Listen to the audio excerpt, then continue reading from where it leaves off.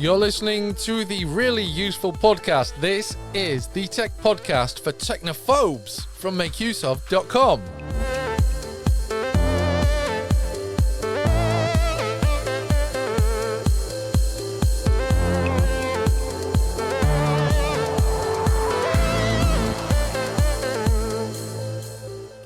Welcome to the show. My name is Christian Cawley. I am a deputy editor at makeuseof.com and I am the primary host of the Really Useful Podcast. This is a podcast in which we help you to make better use out of the technology around you. Mobile phones, printers, computers, smart TVs, in-car equipment, you name it. If you struggle with using it, then we've probably covered it on the site and maybe even on the podcast. And if we haven't, let us know and we'll take a look at it and help you out.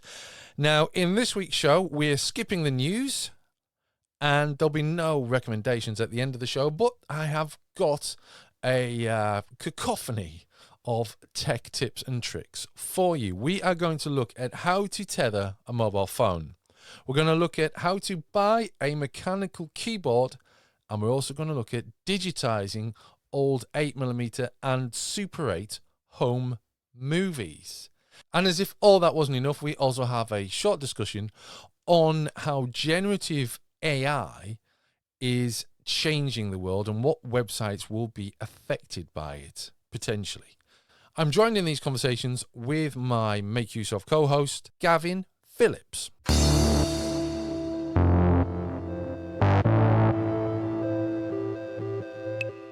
I was sat in a cafe the other day, working, as I tend to do with my laptop, in a branch of Starbucks with it's usually either double espresso or an Americano. I don't take milk or cream in my coffee, something I've only been drinking since the birth of my youngest child, who insisted on waking up at 4 a.m.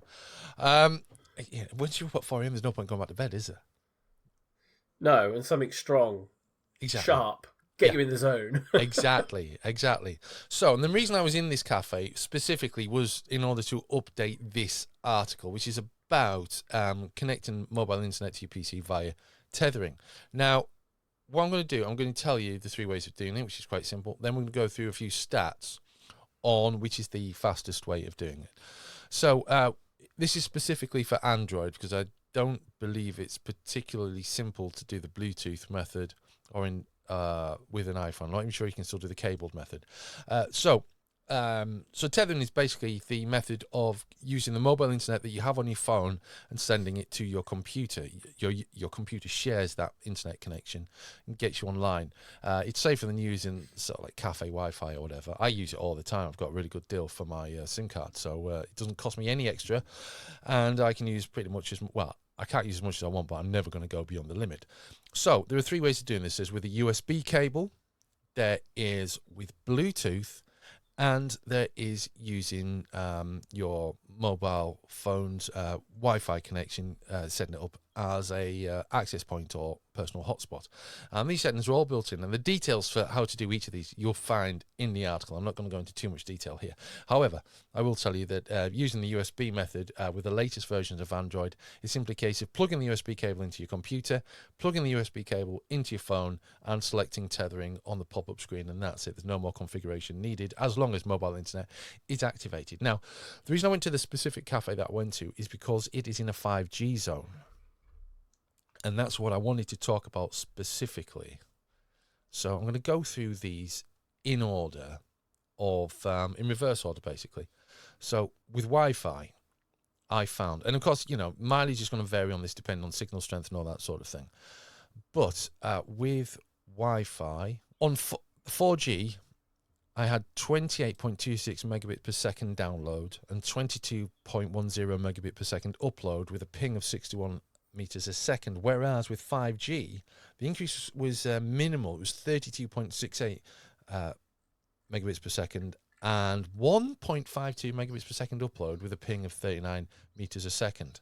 That's with Wi-Fi, so that's setting your phone up as a Wi-Fi hotspot, getting your internet through there. It's perfectly adequate for internet connections, 4G or 5G. Now, I also tried Bluetooth, The 4G speed was 0.46 megabits per second down, 0.56 megabits per second up, with a ping of 101 meters a second. On 5G, very little difference, 0.61 megabits per second down, 0.42 megabits per second up, and a ping of 68 meters a second. But when I connected with USB, this is where it gets really good. Okay, 4G speed over USB is 28.36 megabits per second. Now compared that with Wi-Fi, which is 28.26. So already you can see that Bluetooth is faster, and this is even with the phone right next to the computer. 22.10 megabits per second upload on 4G, 61 meters a second ping.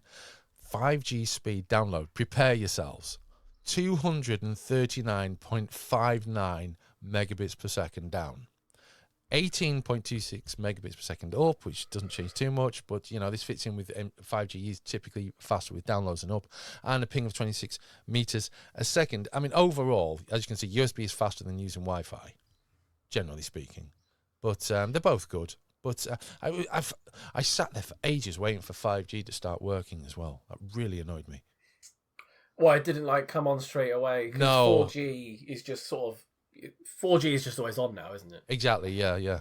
But I was checking the coverage map as well, and I was like, I'm definitely in this 5G zone. I'm definitely in this 5G zone. I was there for about half an hour before I just switched over to 5G. So, all right, now we can do it. Yeah. What I find most startling about that, Christian, is the Bluetooth speeds. Yeah. The Bluetooth speeds are shockingly bad, aren't they? They are. I was surprised as well. I don't really know how to explain it because they're bad.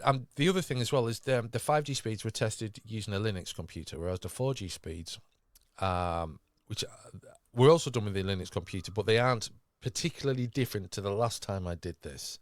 Particularly the Bluetooth, they're both under 1 megabit per second.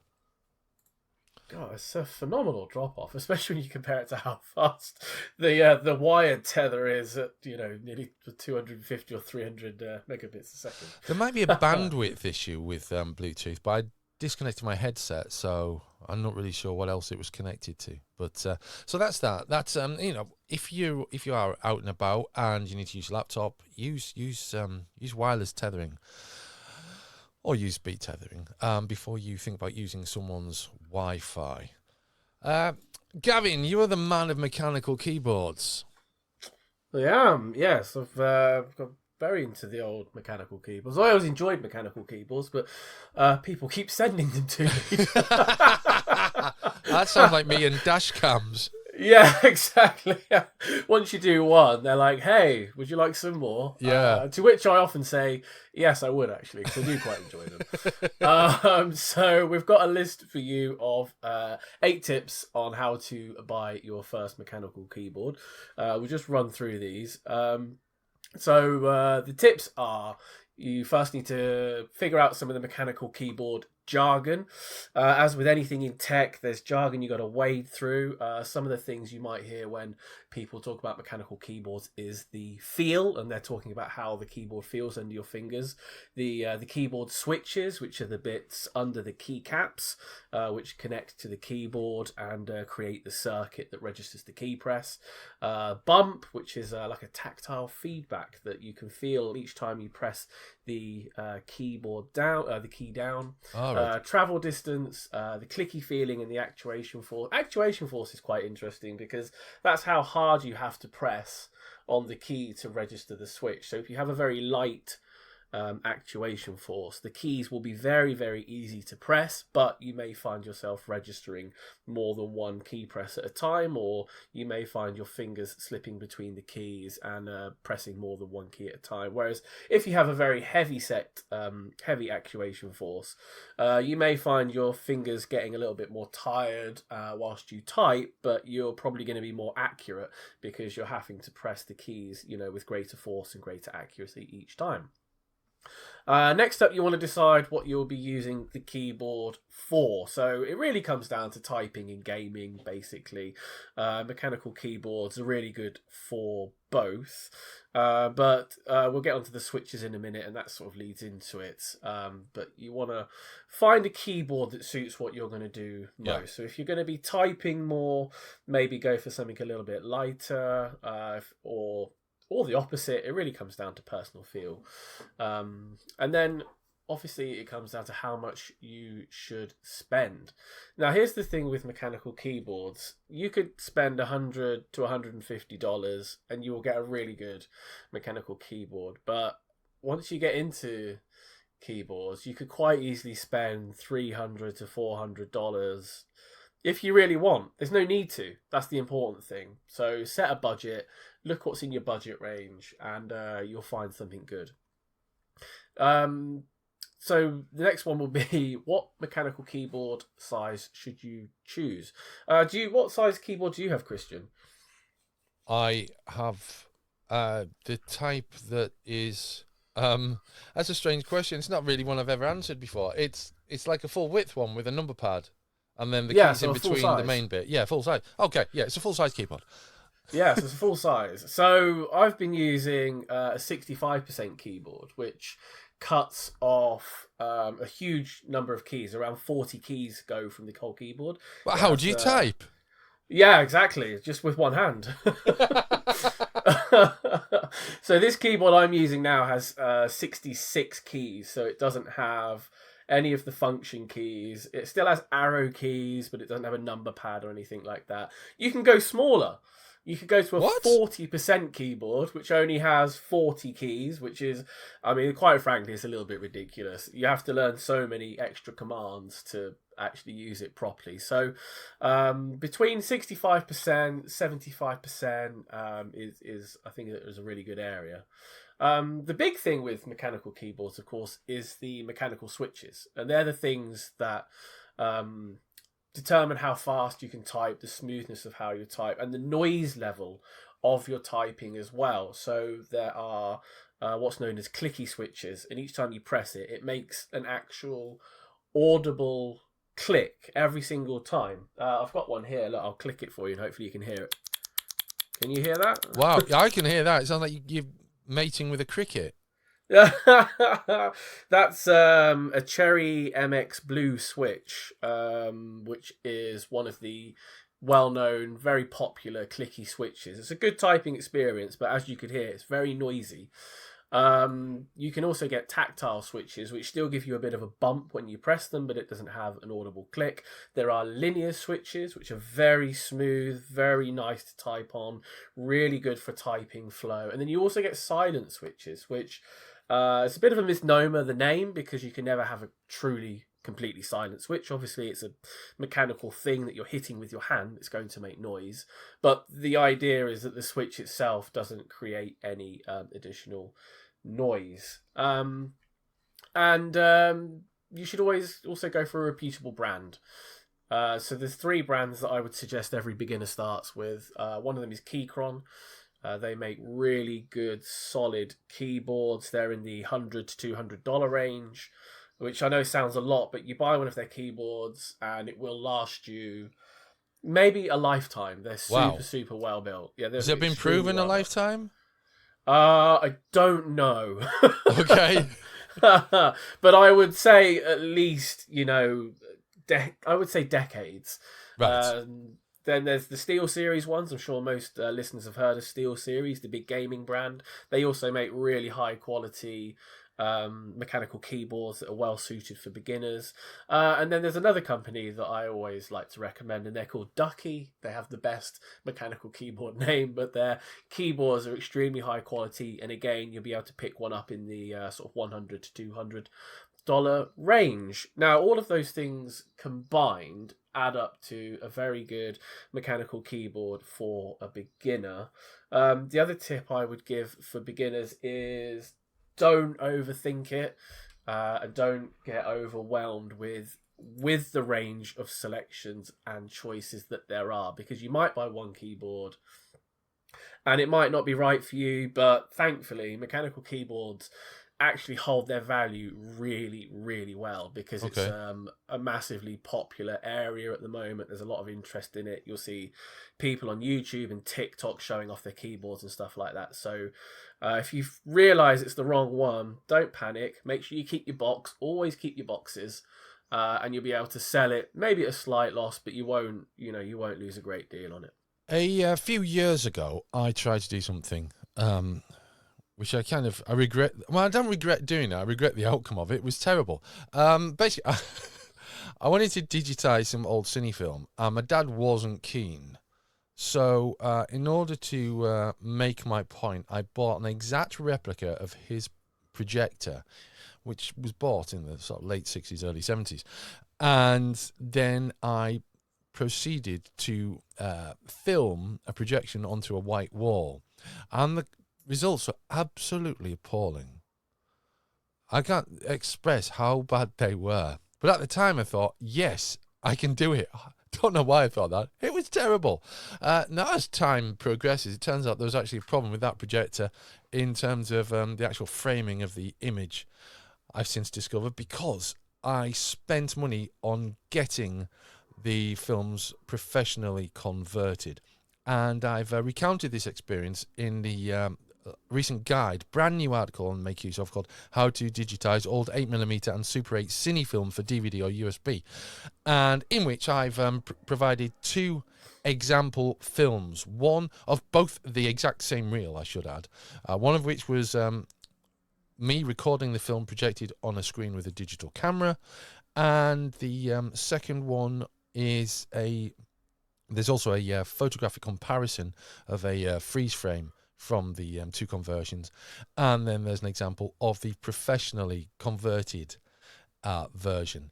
And this is a really difficult area to make a decision on, because if you've got old cine film, you are working against the clock, because eventually this stuff is going to decay unless it is stored in very specific and expensive conditions.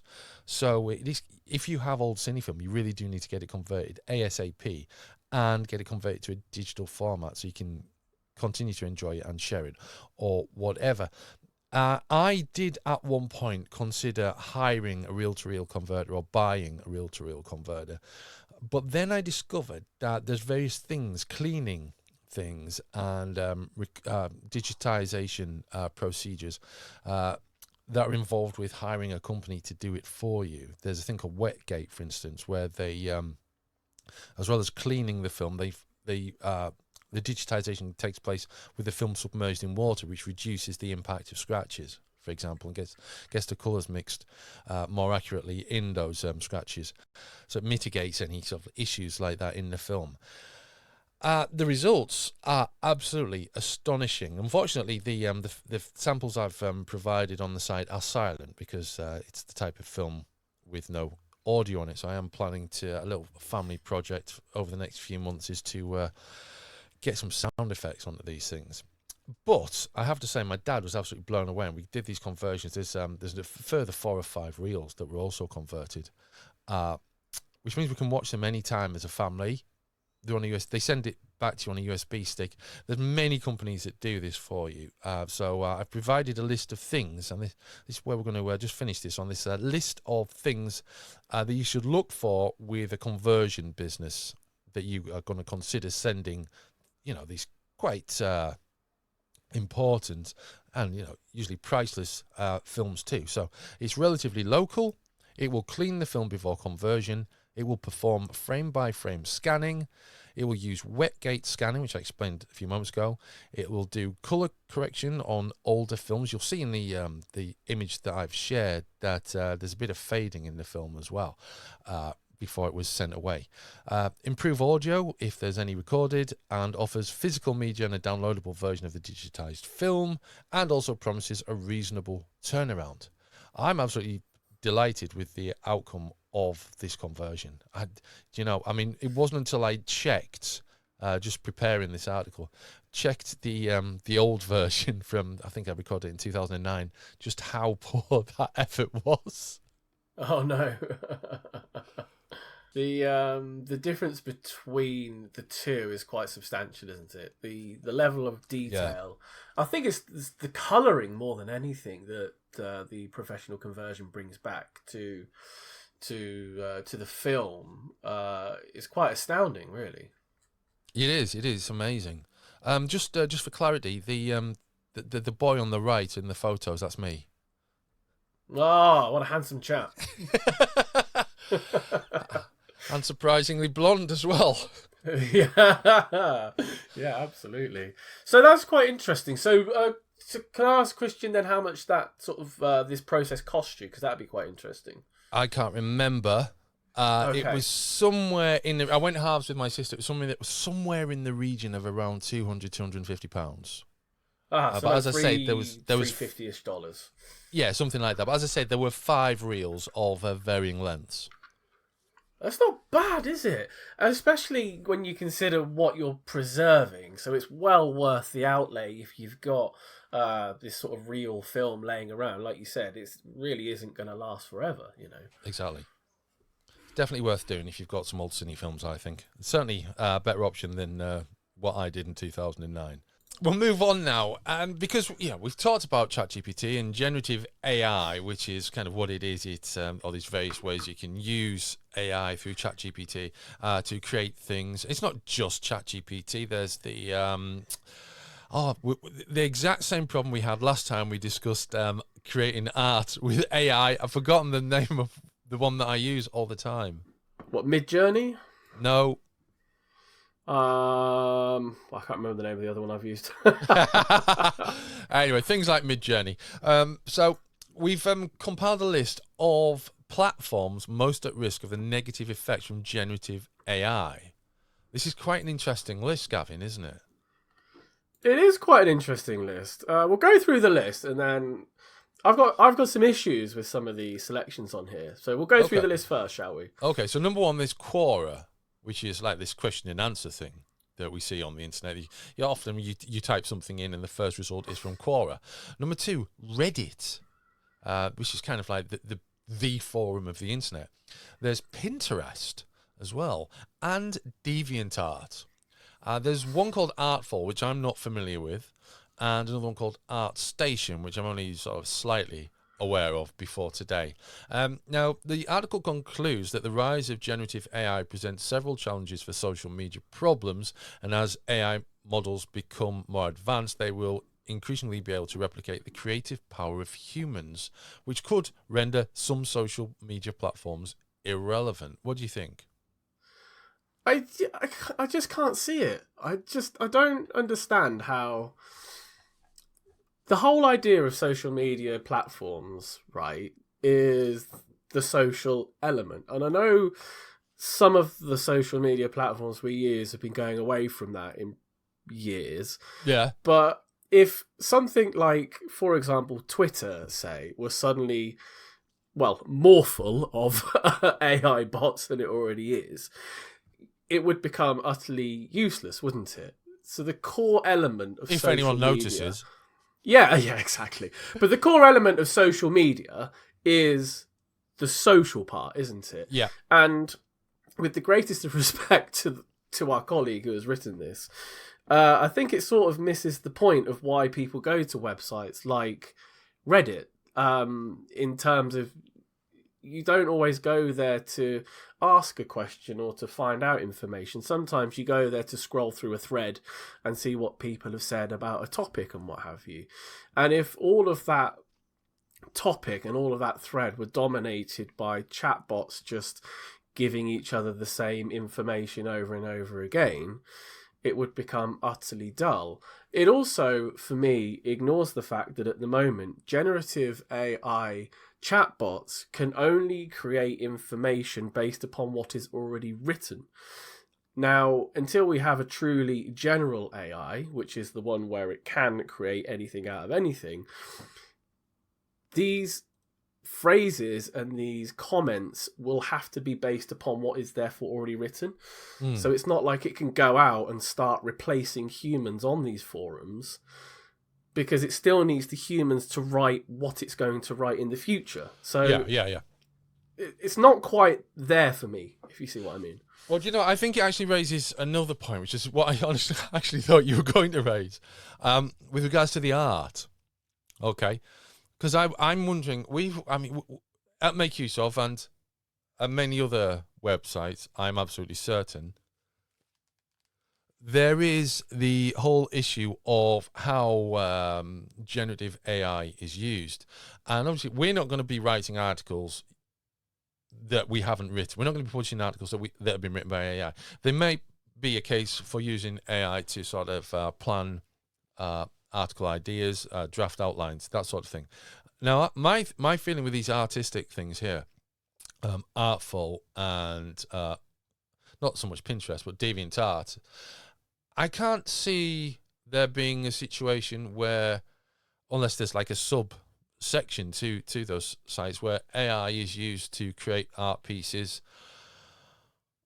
Surely the benefit of using AI to create art really is once you've got over the possibility, once you've researched possibilities of what it can do, and maybe giving yourself some inspiration from those possibilities, is purely to use it as some form of outlining tool.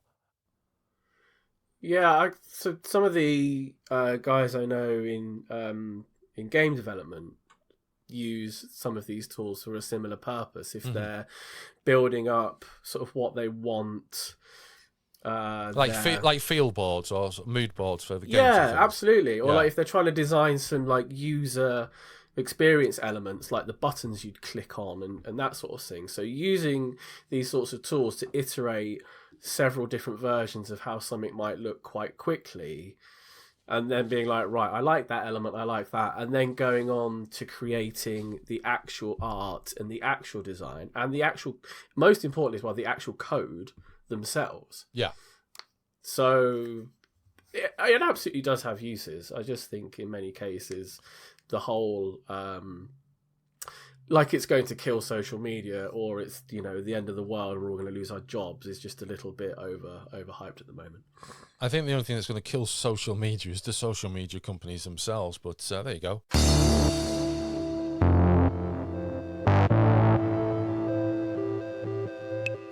Now, usually at this stage of proceedings, we have some recommendations for you. But as I mentioned at the beginning of the show, no recommendations this week. It's really just me and a bit of material that we pre-recorded, if you hadn't worked that out already.